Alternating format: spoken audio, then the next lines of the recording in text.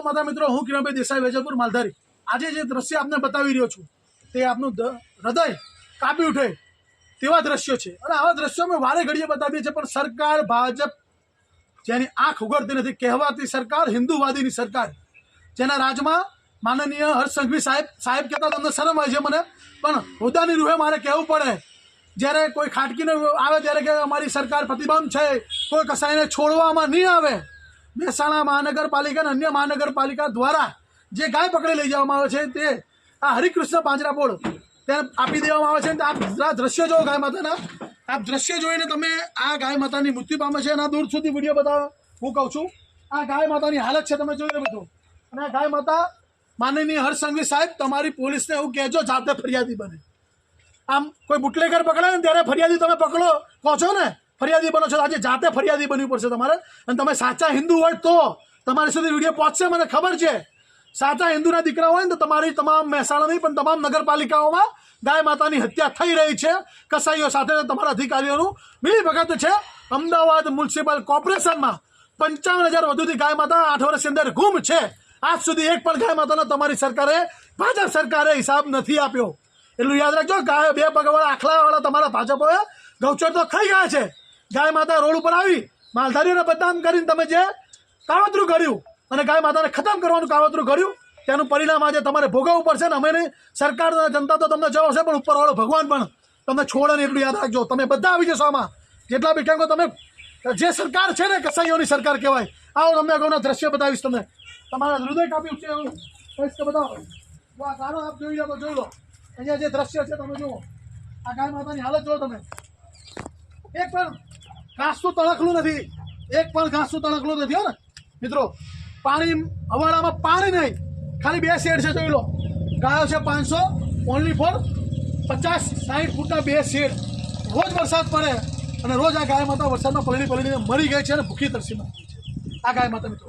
એટલે મારી સરકારને નમ્ર વિનંતી છે કે આ તમે તાત્કાલિક ધોરણે તમારા જે બી નગરપાલિકામાં જે બી આમાં એસપીથી માંડીને ડીસીથી માંડીને કલેક્ટરથી માંડીને તમામ લોકો આ જવાબદાર બને. અને નગરપાલિકાના તમારા હોદ્દેદાર, ભાજપ સરકાર, તમે તો મેન જવાબદાર બનો જ છો. કેમ કે તમારા રાજમાં બધું થઈ રહ્યું છે. આવો તમને બતાવું. આ ગાય માતાઓ બધી અમારી, આ ગાય માતાઓની હાલત જુઓ તમે. એ ગાય માતાઓ જે બચારી એની હાલત જોઈને તમારું હૃદય કાપી ઉઠશે એવી ગાય માતાની હાલત છે. જુઓ આ ગાય માતા, આ જીવિત ગાય માતા છે.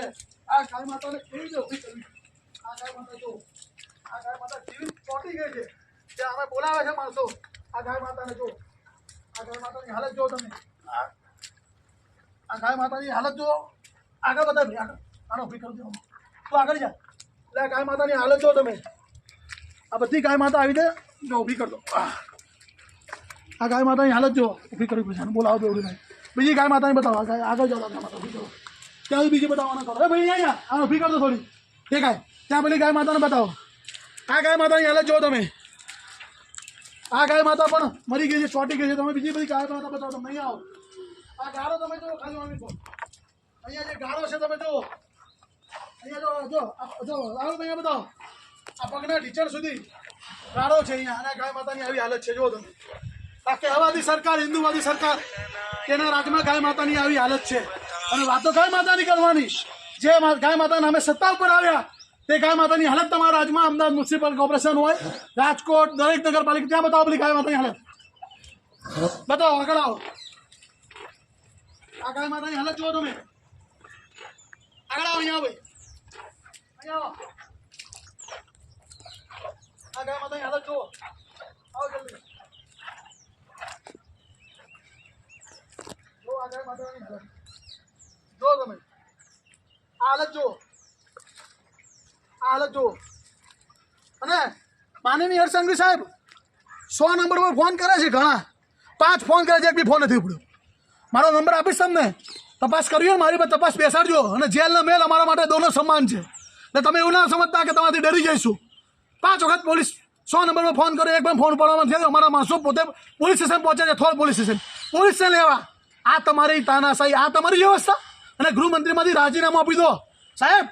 તમારી વ્યવસ્થા, આ વ્યવસ્થાને કહે હું ગૃહમંત્રી છું. શરમ આવી જાય તમને ગૃહમંત્રી કહેતા છે આપણે.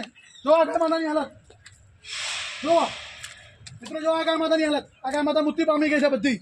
આ ભૂસી તરસી ગાય માતા મૃત્યુ પામી છે મિત્રો.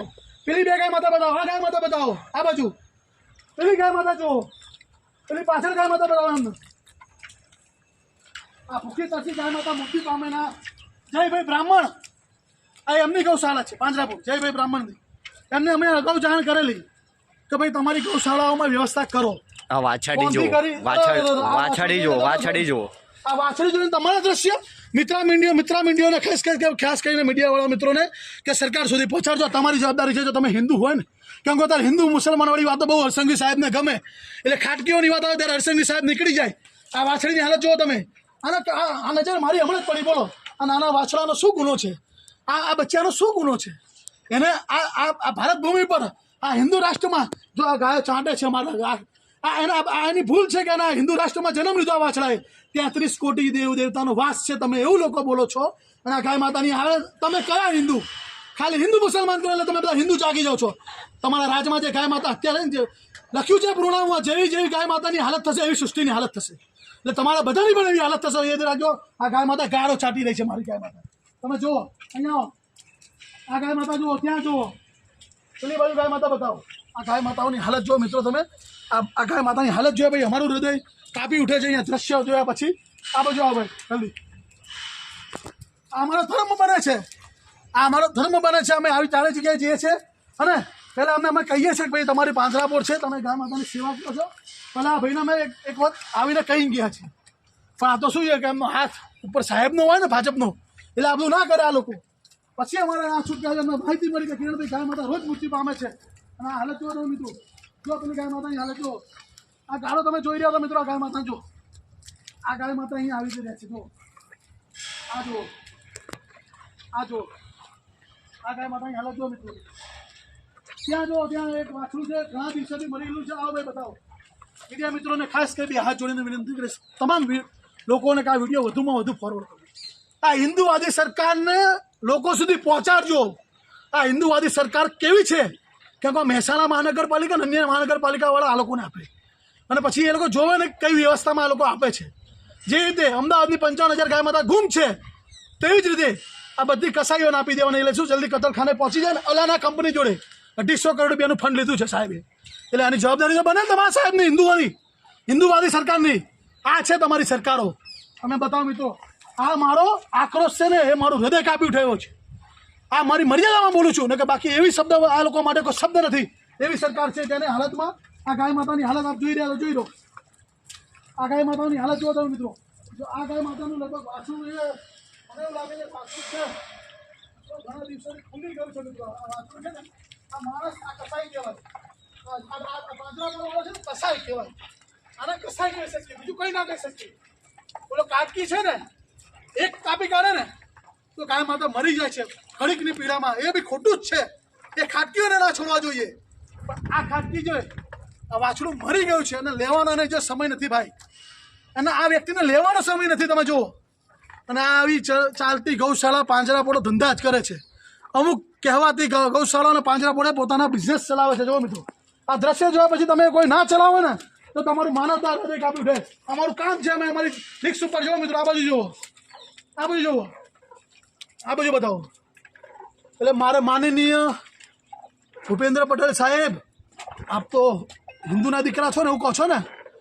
નરેન્દ્ર મોદી સાહેબ, અમિત શાહ સાહેબ, બધા હિન્દુવાદી સરકારના લોકો, સમર્થન કરતા લોકો, અમે આવા વારે ઘડીએ વિડીયો બતાવીએ છીએ તો તમારા રૂવાટા કાપતા નથી?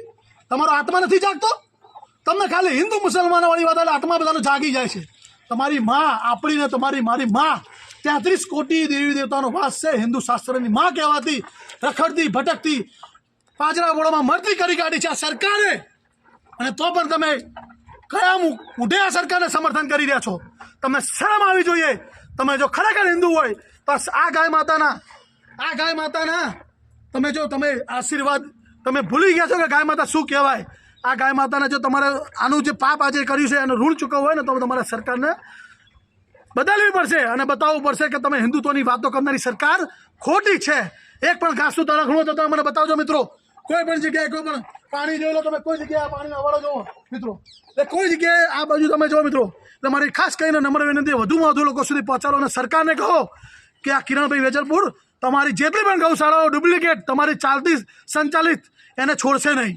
તમારા અધિકારીઓ હોય, તમે હોય, તમને પણ માનનીય હરસંઘવી સાહેબ ઠાકા ફોજદારી બંધ કરી દેજો. ગાયના નામે તમારો કોઈ હક નથી બોલવાનો. તમારી સરકારનો પણ કોઈ હક નથી. વારે ઘડીએ અમે આવા દ્રશ્ય બતાવી છે. ના શર્માની જેમ બોલો છો? શરમ આવી જોઈએ તમને લોકોને. એટલે મારી નમ્ર વિનંતી છે તમામ લોકોને કે આ સરકારને આ લોકો બોલતા જાહેરમાં જૂતું મારજો કે બંધ થઈ જા.